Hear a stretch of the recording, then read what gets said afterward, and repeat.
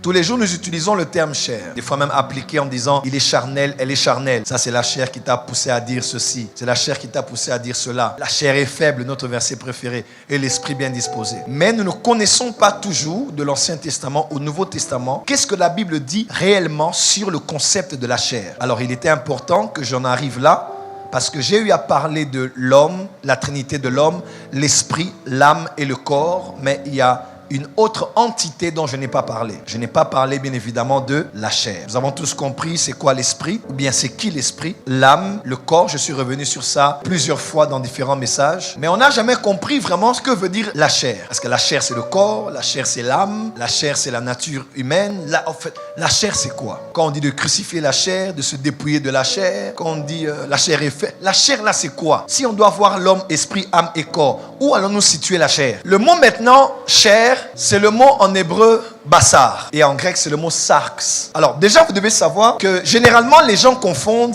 le corps et la chair et le corps. Pourquoi? Parce que quand vous lisez bien les Écritures, le mot chair et le mot corps sont interchangeables. C'est-à-dire, il y a des contextes dans lesquels, quand on veut parler du corps, on met le mot chair et vice-versa. C'est ainsi que les gens créent la confusion. Je vous donne quelques versets. Jean 1, verset 14. Et la parole a été faite chair. Ici, on parle du corps, n'est-ce pas? La parole a été faite chair. Elle habitait parmi nous, pleine de grâce et de vérité. Et nous avons contemplé la gloire, une gloire comme la gloire du Fils unique venu du Père. 2 Jean 1, verset 7. Car plusieurs séducteurs sont entrés dans le monde, qui ne confessent pas que Jésus-Christ est venu en chair. Celui qui est tel, c'est le séducteur, l'antéchrist. Donc pour reconnaître quelqu'un qui est un antéchrist, c'est celui qui ne croit pas que le Christ est venu dans la chair. Là, quand on parle de la chair, on ne parle pas de ce contexte, on parle du corps. 1 Jean 4, verset 2. Reconnaissez à ceci l'Esprit de Dieu, tout esprit qui confesse Jésus-Christ venu en chair est de Dieu. 1 Pierre 1, verset 24. Car toute chair est comme l'herbe, et toute sa gloire comme la fleur de l'herbe. L'herbe sèche et la fleur tombe. Là, on parle encore du corps.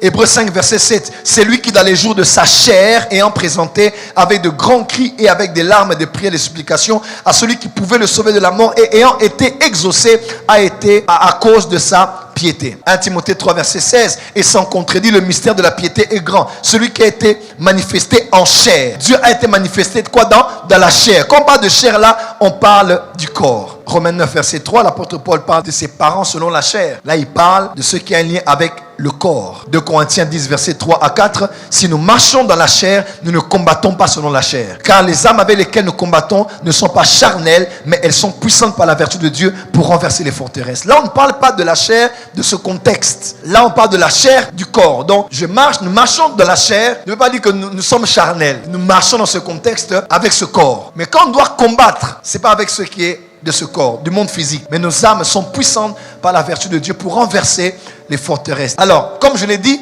ces mots sont interchangeables. Comme vous allez voir, des fois, on parle de chair, on parle au fait du corps. Des fois, quand on parle aussi du corps, on parle au fait de la chair. On parle au fait de la chair. Parce qu'il y a comme un lien entre les deux. Il y a comme un lien entre les deux. Et je vais vous expliquer par une illustration et on va aller définition par définition. L'esprit, l'âme, le corps et la chair. L'homme était esprit, il avait une âme et un corps. Et je vous ai dit, l'esprit a été insufflé dans le corps et la fusion de l'esprit et du corps ont engendré ce qu'on appelle l'âme. Donc l'âme émane de la connexion entre l'esprit et le corps. Maintenant, lorsque Lucifer, passant par le serpent, a séduit l'homme, je dirais la femme et l'homme qui était à côté, bref l'homme, ils ont vu, Ève a vu que c'était agréable à manger, c'était bien pour donner de l'intelligence. Je n'entre pas là, j'en parlerai peut-être à des serviteurs, ça serait un peu compliqué pour vous. Et la femme a pris, elle a mangé et elle donna à son mari qui était à côté d'elle. Et l'homme et la femme ont péché. Ils ont regardé avec leurs yeux, ils ont pris avec leurs mains, ils ont mangé avec la bouche. C'est entré dans leur être intérieur. Et lorsque l'homme, esprit, âme et corps, a laissé son corps le faire, parce qu'à l'intérieur il avait décidé de le faire ainsi, ce jour-là est né ce qu'on appelle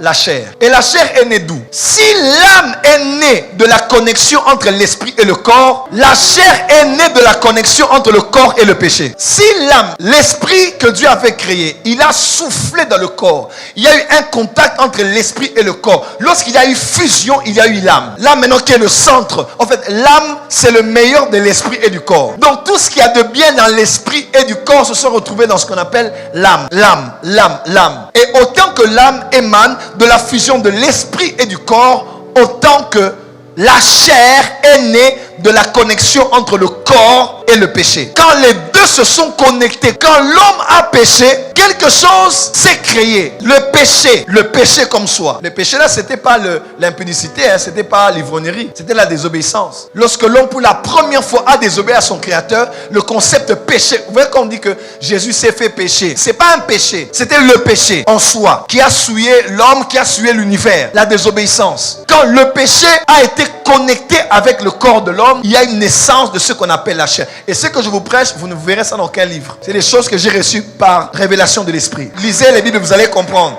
Avec le temps, vous allez me donner raison. Et la chair n'est pas connectée à l'âme. Plusieurs pasteurs prêchent en disant, non, la chair, c'est une partie, c'est pas dans l'âme. L'âme n'a pas de problème. L'apôtre Paul est clair. Dans Romains 7, c'est clair. Il dit, ça se trouve dans son corps. Ça se trouve dans ses membres. L'âme n'a pas de membres. C'est là que ça se passe. Maintenant, je vais vous expliquer. Quand la chair est née, quand la chair a existé depuis l'époque là, l'homme n'a plus eu sa nature divine. L'homme est devenu charnel. Parce que c'est maintenant la chair qui a pris possession de tout le reste. De Pierre chapitre 1, on dit, nous donc, nous sommes participants de la nature divine. S'il y a une nature divine, il y a aussi une nature adamique. Voilà pourquoi la chair, c'est d'abord la nature adamique. Basiquement parlant, la chair, c'est ce que j'ai expliqué, c'est la résultante de la sommation du corps, de la connexion du corps et du péché. Mais la chair, c'est aussi la nature adamique. Vous allez voir, même David dit, je suis né dans le péché, ma mère m'a conçu dans l'iniquité. Donc, nous sommes déjà tous en Adam nés pécheurs. Pourquoi? Parce que le péché habite en nous. La chair, c'est quoi? La chair, c'est quand le corps et le péché se sont connectés. Le péché a quitté l'extérieur de l'homme. Le péché est entré dans le corps de l'homme. Donc aujourd'hui, même si tu reçois Jésus, ton esprit est sauvé. Même si tu écoutes la parole, ton âme est renouvelée dans l'intelligence. Dans ton corps là, il y a un mal. Parce que le péché est entré dans le corps. La chair, c'est quoi? C'est le péché dans ton corps. Par exemple, je ne connaissais pas Starbucks. Je ne voyais que la femme là en vert là. Et puis maman vient,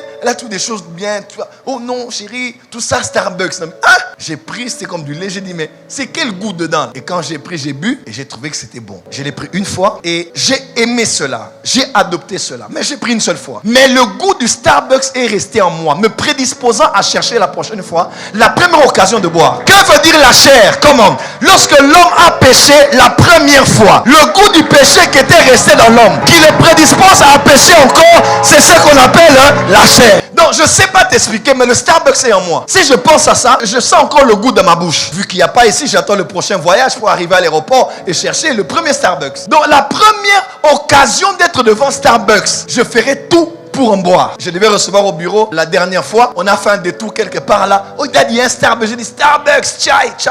Et j'ai pris. Hier même, tu m'en as fait pratiquement. Elle a essayé de créer à la maison là. Faut toujours créer. Elle a créé à minuit. On était à minuit. Ah, prends Starbucks. Et j'ai pris. Donc, je n'ai pas bu. Mais en moi, dans mon corps, dans mes membres, il y a une prédisposition naturelle à boire à la première occasion Starbucks. Parce que j'aime cela. La chair, c'est quoi? C'est le goût du péché qui est resté dans les membres de l'homme et qui le prédispose toujours à s'attacher au mal, à consommer le mal, à faire le mal, à aller là où le mal est, à rester là où le mal se trouve. Et ça se trouve dans ses membres. La chair, c'est quoi? La chair, c'est l'habilité de péché qu'il y a dans ton corps. Donc l'habilité de péché là, ton âme ne l'a pas. L'habilité de péché, au fait, c'est ton corps qui l'a. Et il s'exprime par ce dernier. Il s'oppose à la volonté de Dieu et à la vie de l'esprit. Et il n'y a rien de bon dans cette entité, dans cette habilité, dans cette dimension du péché en toi. Dans cette prédisposition à pécher, dans ce mal qu'il y a dans ton corps, il n'y a rien de bon là. Le rôle de la chair là, de ce mal en toi, c'est de s'opposer à la volonté de Dieu. Donc si tu laisses la chair là prendre la place, c'est fini. Tout ce que tu feras dans ta vie